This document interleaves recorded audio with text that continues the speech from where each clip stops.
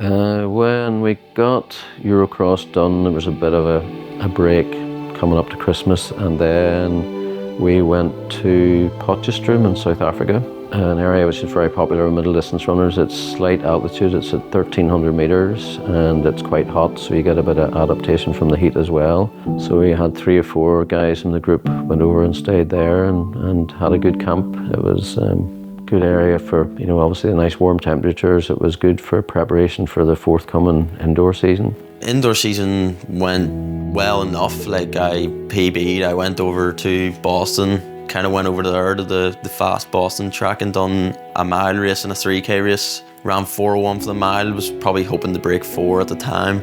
Coming off the travel, didn't really happen. Then the next week I broke 8 for 3K for the first time, which was the goal going over there. It wasn't too standout, I think. I opened up well with a 7:45 indoor 3K PB, and then racing over 3K in Metz, looking to go a few seconds quicker, just felt like I had it in me, and ended up running the same time but half a second quicker. So I got Dara's under 23 Irish indoor record, which was obviously a silver lining. Even though I wanted to run a wee bit quicker, it's always nice to pick up an Irish record. But yeah, I think it was grand, and I raced a 2K in Leva, and yeah, it was a gold meet. It was really cool to I think that was my first gold meet indoors or out. So yeah, it was really good experience to be at that. I think the way we train, we're not trying to really peak for indoors, to be honest. It's all about peaking for July, August time when the champs were happening.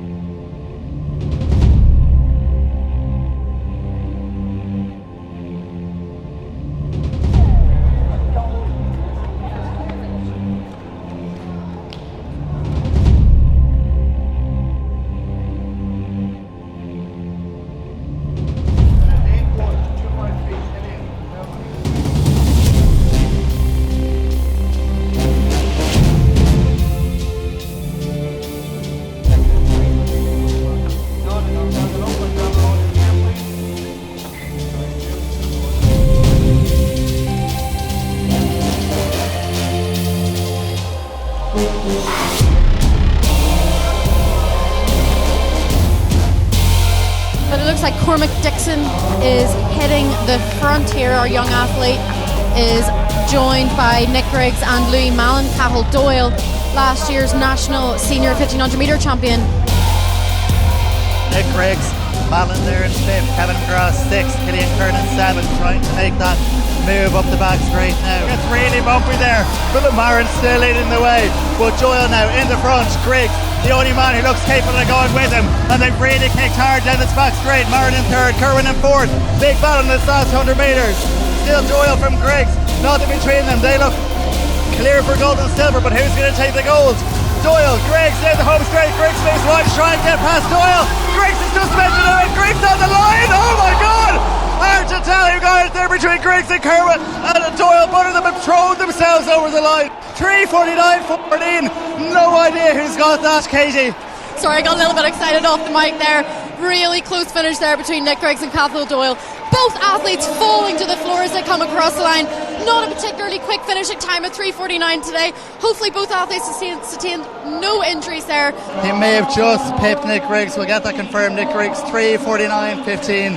So 400 separating our 1500 metre gold and silver medalists. What a final.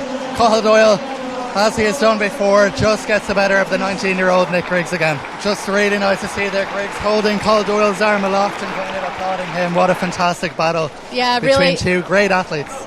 Yeah, we'll hopefully see many more battles between those two athletes in the next couple of years to come. Cathal Doyle getting the better of Nick Griggs on this occasion. We would always wind Nick up about the rivalry, saying how much of a rivalry is it? It seems like Cathal always won, but no, it definitely was a rivalry. But that kind of summed it up, that race. There was honestly nothing between them that day. Kind of showed it. It was just who fell first, kind of, and that was Cathal that day. And yeah, it definitely was a rivalry for a while, and don't know how it happened, but it was a good one for sure. It was a great rivalry. It was actually quite exciting. The rivalry. They were both very, very close. I think Cathal Doyle has beaten Nick a few times. Don't know if Nick had ever beaten him at that point. But Nick, of course, always rises to the occasion and would try and beat him. We had some good races. We had some, especially that one. That was a really interesting one, like right to the line. Kind of, we both fell over the line. I don't even know why I fell. Like my legs weren't going. I think it was just like an instinct to fall whenever he was falling. So I think last year we were 1-on-1 against each other at Irish champs in Mortiz, so it was a bit more even then. But yeah, he really stepped it up, moving out to John Big Strip and training with some really top class athletes out there. So yeah, but that was a really interesting kind of fun championship race. It was nice to just, after kind of 3 time trials over in France, to just get back, and even though I didn't get the win, to race and practice and hone that championship racing. Well, Nick and Cathal had that race indoors, as everybody remembers. It was a really tactical race and very close, and Cathal just got it by diving across the line and obviously paid a heavy price because he broke his wrist. As far as the rivalry goes, they actually didn't race that much in that summer. I think it was a rivalry that was more created by people looking on rather than ourselves. Yeah, whenever I came around the corner, I kind of swung off it and I thought, oh, I'm going to get him. I was like, oh, I'm going to get him this time, like, because I just felt I had the momentum and I could feel myself go around him. I thought, oh yeah, this is mine to lose now. Yeah, it was really just kind of just hold the form and try and time the dip, which ended up turning into a fall. So I generally didn't know whenever we crossed who'd got it. I thought like, oh, that's actually really close. Seeing Louis on the podium was unreal. You know, I had made the podium the year before when I wasn't kind of expected to, and it was an unbelievable feeling, and like I kind of knew what Louis would be feeling that day. And just to see that like Mark had 3 athletes, and it kind of, me, Nick and Louis are kind of showing what Mark's training's like and how the results of it are really coming through, and 3 of us being on the podium that day was really great. Obviously we all had different views. Nick wanted to win, I wanted to win, and Louis was buzzing with a medal, but for all 3 of us to have a medal was definitely good for the group and good for Mark, and yeah, I was buzzing for Louis as well.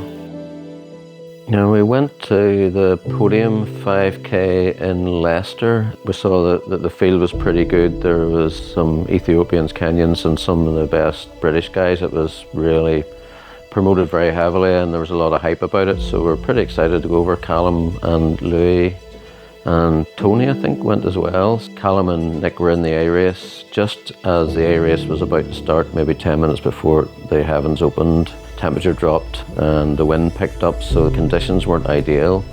It's a good field today. Let's just go and race this 5K. I haven't done many 5Ks, especially in that kind of setting. So I thought, let's just get into it and race. So yeah, I managed to come 4th, I think, in 13:39. It was a good run, and it was kind of 3 athletes. I think it was Gabriel and then 2 others who broke away pretty early, and then I was just kind of in the chase pack, just trying to conserve energy, because like I was saying, I hadn't ran many 5Ks, so I thought, me and Mark just said, just sit in the chase pack, don't do anything stupid early on, and just see where that leaves you. So about a lap out, I thought, I feel way too good for a K to go.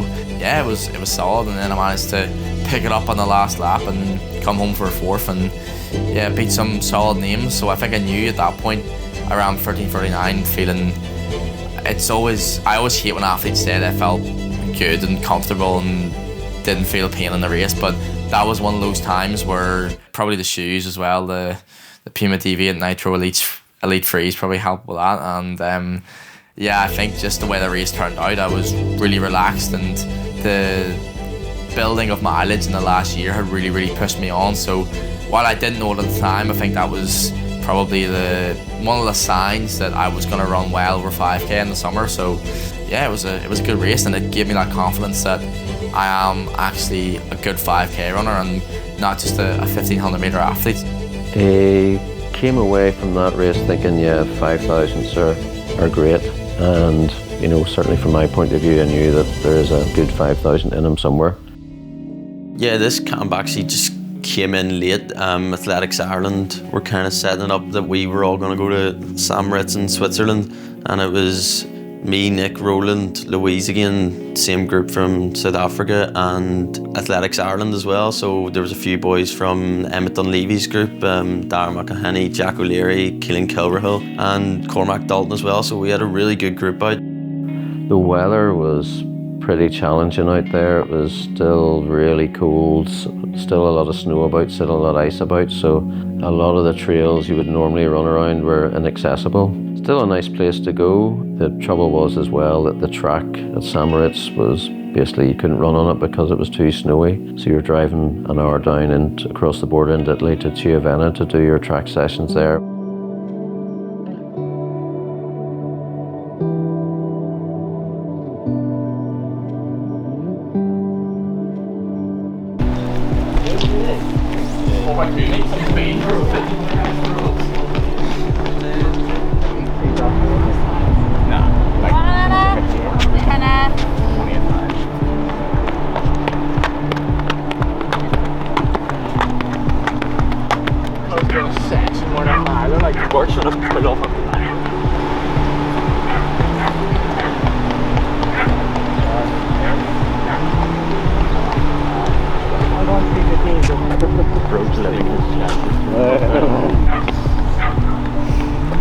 Have you not gone through on that Colin yet? 70, 75. What are you taking? Yeah, it's whatever. Yeah, not saying it. Would you mind texting him and just tell him that you're doing 4-2s after? Just ask if I say it'd be grand. What a stupid idea.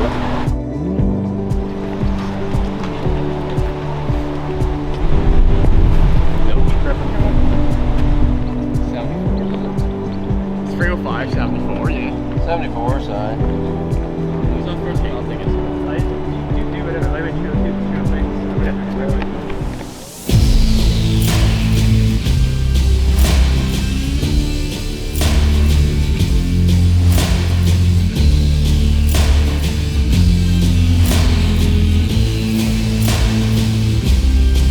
We're going to be on like 29. They're doing 29:30. You want to just go around the back then? Oh, this is now on me then. There's no pressure. Helen will give you a good kick if you mess it up. Alright guys, set, go.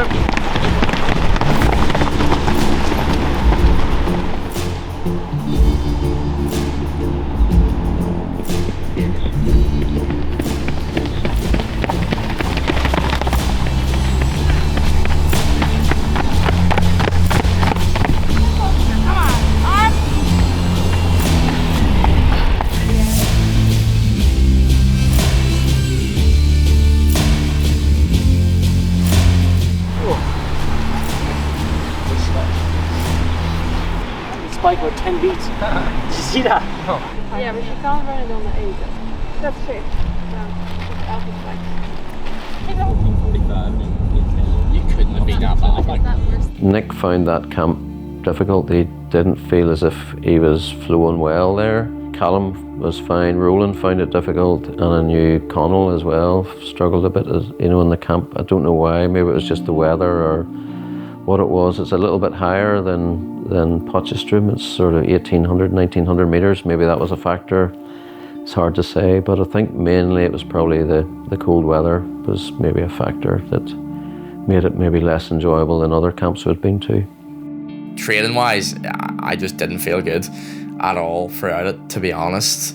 I don't really know why. I picked up a bit of a sickness kind of in April, but I didn't think it was that bad. Like, I didn't feel great for a week or so, but like I didn't miss any training. I just kind of thought, oh, I'm just a bit ill. Maybe it's because I didn't run great at the start of the season and blaming it on St Mortiz. There's not one session I did up there that I thought like I'm in good shape, like at all. Just wasn't great for the confidence, but yeah, it was what it was. I don't really know what the issue was, what was up with me then, to be honest. Nick had a race quite early on in Huvla in Spain, so we were travelling from St Mortiz to there. That was his first race, and then came back up, and then his next race was in Belfast at the Irish Milers meet. That race at the Belfast Irish Milers was kind of where I've really seen the effects of altitude. Like, I just felt so in control that day. We broke 8, and I felt like we were running at about 8:10 pace. I just sat in, and you go into the season opener not knowing where your fitness is at, so you kind of just play it safe, and that's what I did. And I still kicked in PB somehow by playing it safe. It just felt really good that day, and it was a really testament to what altitude training does. When we got back from St Mortiz, Nick raced in the Belfast Irish Milers 1500 It was set up, it was supposed to be pace, going to be fast. I wanted to go out and do something really good on home soil, but as I said, I just think my confidence was probably pretty rock bottom after the camp I'd had, and that kind of led into what we saw. Again, it's no one's responsibility to take a race on, but if you want to get it moving, if you want to run a European qualifying time, which is what I was trying to run, you've got to go and take it on. So I think I just wasn't confident enough at that time in my ability and my shape to go out and do that. I just don't think I was mentally ready to attack it, which is just a reality sometimes when stuff like that happens, and maybe I shouldn't have raced. But what else can I do? I'm trying to qualify for European champs. I kind of had to just put my shape and everything I felt out the window, but it wasn't my finest hour, to be honest. When Cathal Doyle ran his 3:36, he just missed the qualifying for Europeans. We always knew at the start of the season, after indoors, that Cathal was always going to be a threat. He got a bit more savvy with what races to get into, and he had got himself an agent, which he hadn't had before, so he was able to get into some of the better races, which we knew that would definitely help him. As it transpired then, I think Cathal had maybe 4 or 5 races where he just missed breaking 3:36, which is the qualifying time. Yeah, I think there definitely was at the time a lot of winding up Nick about he's bottled going to the Euro Seniors with Cathal running that time, but Mark had a plan. There was a lot of races in place that they weren't going to just give it up that easy. He had a lot of racing still to do. There was no real panic in camp. It was just like at the end of the day, Nick is still 20. It was if you don't make these champs, it's not the end of the world.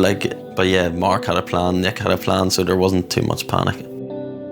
I just ran 3:42, closed in 56, and it didn't feel good. That was probably a season opener as well, I think. So I think there was 2 more race weeks to go and run the standard. So I thought realistically, he's gonna run the standard, do you know what I mean? And then I think I wasn't too worried at that point because Luke McCann had been injured and there was rumours he wasn't going to do Europeans.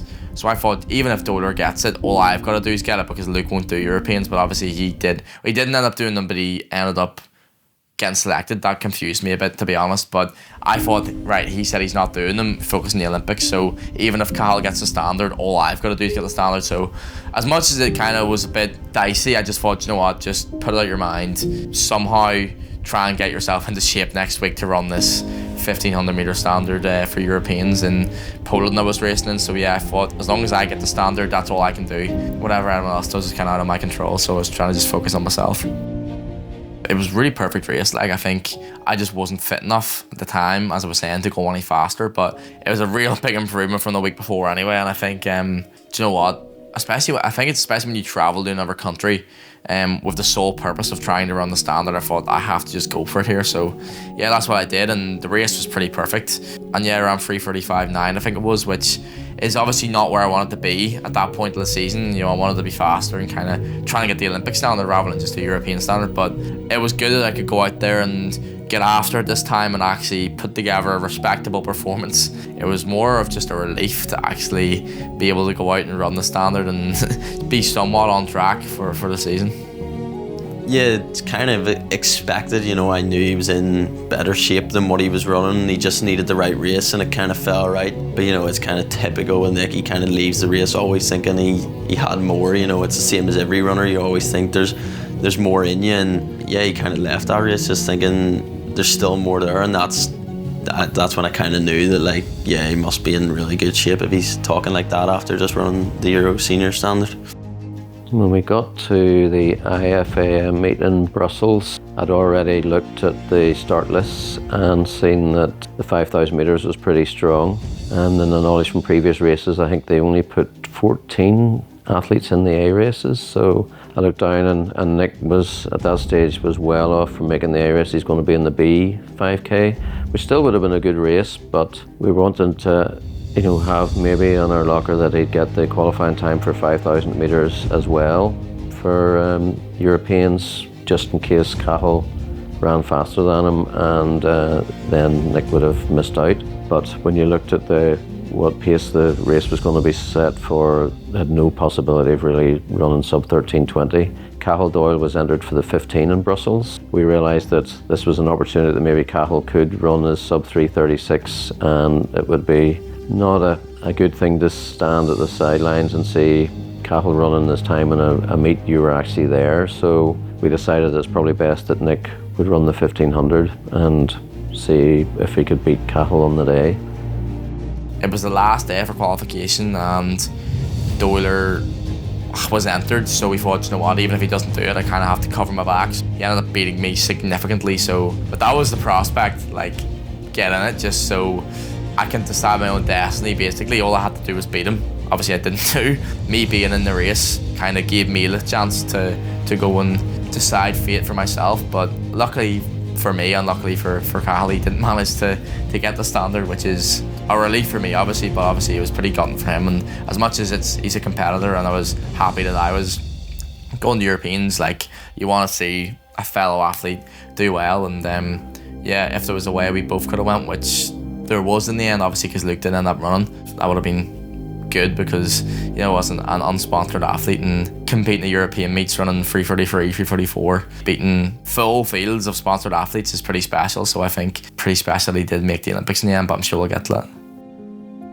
Well, once we realised that Nick was going to get selected, you know, we were very happy, because when we set our targets for the year in Font Romeu the previous September, that was what we decided would be the main goal for the year, was to make Europeans. We reckoned it was a realistic goal. And then the secondary goal would be Paris for the Olympics, which we knew would be really tough ask, because the qualifying standard was a lot tougher and competition for places was going to be tough as well. That was good to cap off the season fairly early on, that would achieve one of the goals that he'd set out to do. Just to get the call up and to get the official selection was just a relief more than anything. Like, obviously it was buzzing, but it was just a relief to get that out of the way and just think, like, that was the bare minimum, like, do you know what I mean? And the season at this point hadn't been going to plan so far, and it was just really about just trying to trust the process. And I was relieved that I was going to be on the start line, and as I was saying, that was kind of the main goal of the season. So, you know, at least that's kind of done and ticked off. The goal going into Europeans was just to make the final. It's only a semi-final and the final. There's no point in just going there to run.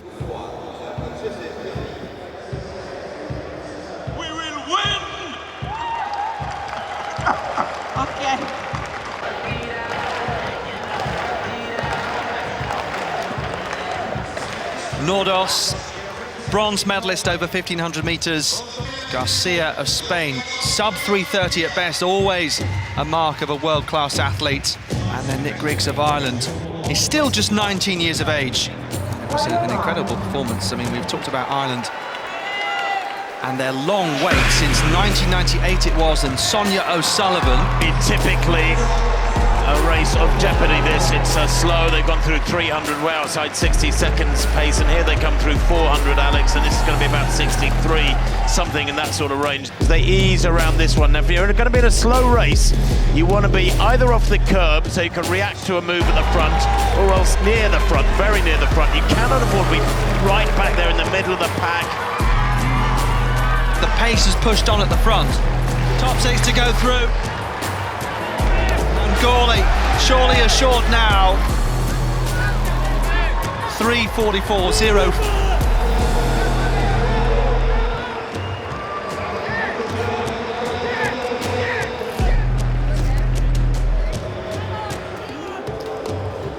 Go there, go there. Go there. It's heat 2 of the men's 1500 metres. Andy Coscoran, a 3:30 performer at his best. The Irishman 3:32 this year. How will he go here? Coscoran, 27 years old. What a championships the Irish are having already. Habs, watch him, big performer, 3:29 PB. Ingebrigtsen, well, he is the reigning champion. He's the Olympic champion. He's not yet world champion at 1500 metres. Lost, remember, to Jake Whiteman and Josh Kerr in the last couple of world championships, but supremely competent.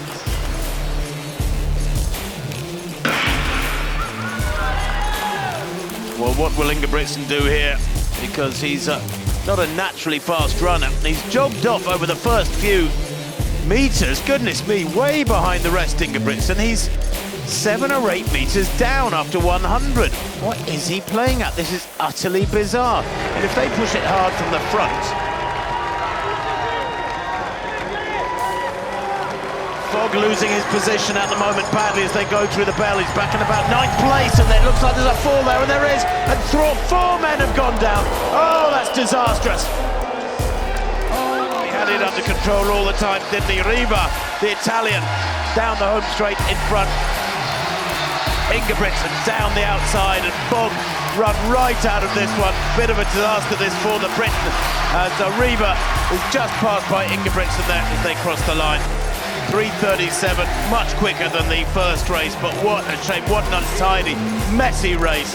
And there will, of course, be reviews galore of that big instant just after the bell where 4 men went down. Pielstrom suffering the most of all of them, looked like he'd hurt himself. Hope it's not serious. Riva goes through to the 1500 final, but that is championship middle distance qualifying in that very race there.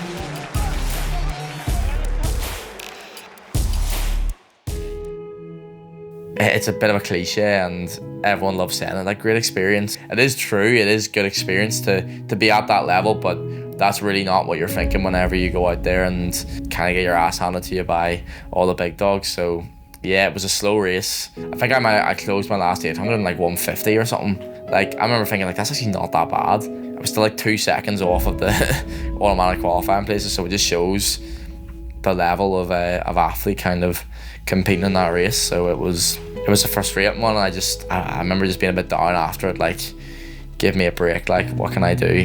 It's obviously not ideal. Nobody wants to go to the championships just to get put out in the heats, and kind of something I've not had to deal with as a junior, because I have been doing well and winning medals and getting the finals and stuff, but it's a completely different level, and it's a tough reality realising that you're still young but not at that level just yet. I expected to be a bit further on, and it just felt like it did in Budapest again, like still quite a ways off. And I think sometimes when you run bad, sometimes you have to just try and just ignore it and try and put it out of your mind, because the more you think about it, the more you start deep in it. Especially, it just depends on the athlete, but the more you start to overthink and think everything's bad and this can't be bothered with this, etc, etc. So sometimes it is good to just go out. Me and my friends went out and we got to see the Colosseum and the Vatican and stuff like that. So yeah, we got to just go and explore Rome a bit. It's a lovely city, and yeah, we went out and had some food as well. So I think I realised, like, you know what, it's not all bad. I didn't perform how I wanted to, but look, I'm at the European Championships, kind of living the dream, and while I'm not at the level I want to be, it's like out here eating a pizza in Rome with my friends in front of the Colosseum. Like it's the kind of the life that I've dreamed of living since I was young. So while the race didn't go to plan, sometimes in those moments when it is tough, you have to take the positives and realise, look, you're a lot farther on than I ever expected to be at any point, to be honest. Like, after the race, Nick was very disappointed. He felt he hadn't done himself justice, but the good thing about these championships, the stats you can get, your splits, every 100 metres, you can get everything you need. And when I pointed out to him his last 800 was ran in just under 150, which is not far off his PB. He sort of put it into perspective a little bit, that he's almost there, but not quite. He just didn't have the strength to maintain his pace. It was just the last 100 metres he started to feel it a little bit and started to fade. But I think he has to remember at that stage he's only 19 years of age, and a lot of these guys are very experienced and been running for many, many years at championship level. I've always said to him that we're in it for the long haul. We're not looking short-term sort of hits. We want to progress slowly and make him successful as a senior athlete. I think it's far better to have success as a senior rather than, been remembered for the guy who was really good as a junior and then disappeared. We've always said that we're in it for the long term, and we've just been building up gradually. His mileage, his training, we've been adding in little things as years go on. So I think in another year or two, if we keep doing what he's doing, we can keep him injury free, keep him consistent, then who knows what will happen. I think he definitely has the ability and he has the talent, so it's just making sure we keep him going in the right direction.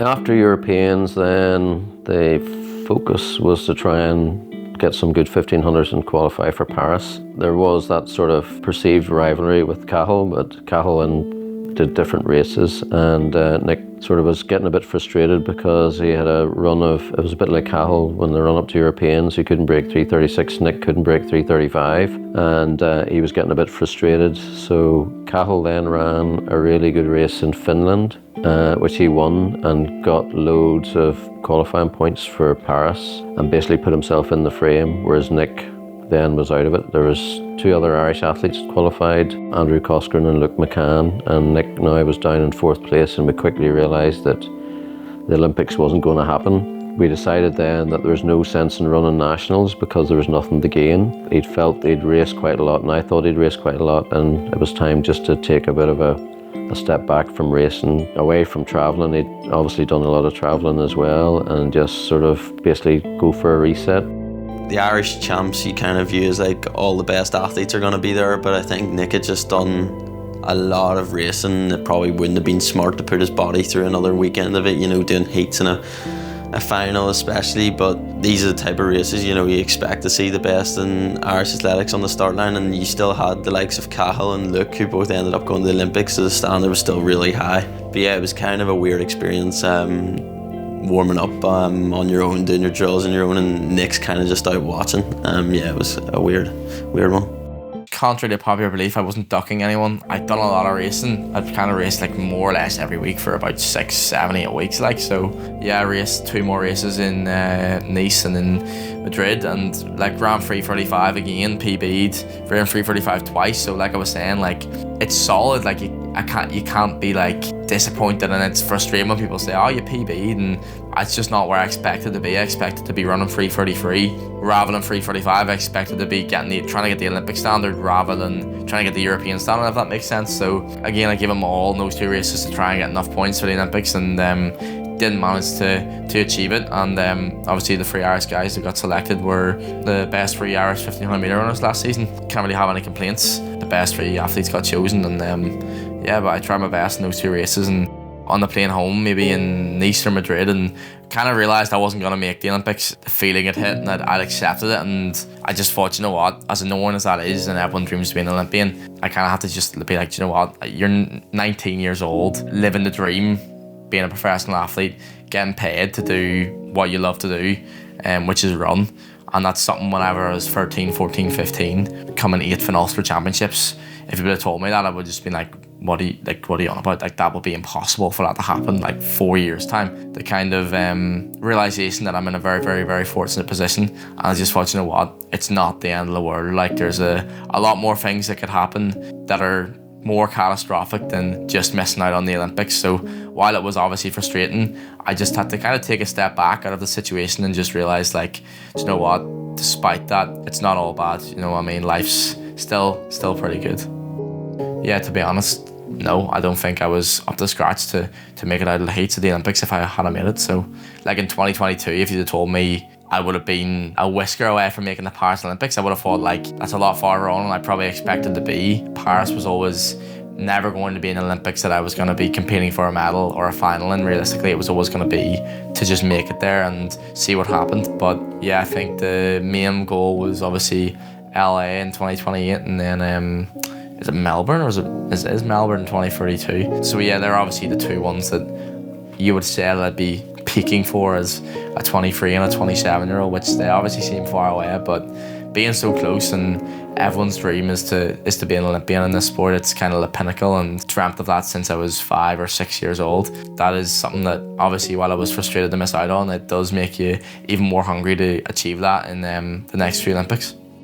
The Olympics, it happens once every 4 years, like it's a long way away, but I think Nick's very good at seeing the bigger picture. You know, he didn't take it as the end of the world, and you know, we've seen that in the following races. You know, he just bounced back even stronger. But I think if anything, a lot of people were just really happy that Cathal made it in the end, because, you know, Nick not making it didn't mean just Cathal was automatically selected. You know, he still had to get the points, and that's kind of what at nationals we were kind of all just hoping Cathal would get over the line and make the team, because we kind of knew at that point Nick wasn't going to be there. So we were just buzzing that another Irishman can be on the 1500, and really shows where the sport's at the minute.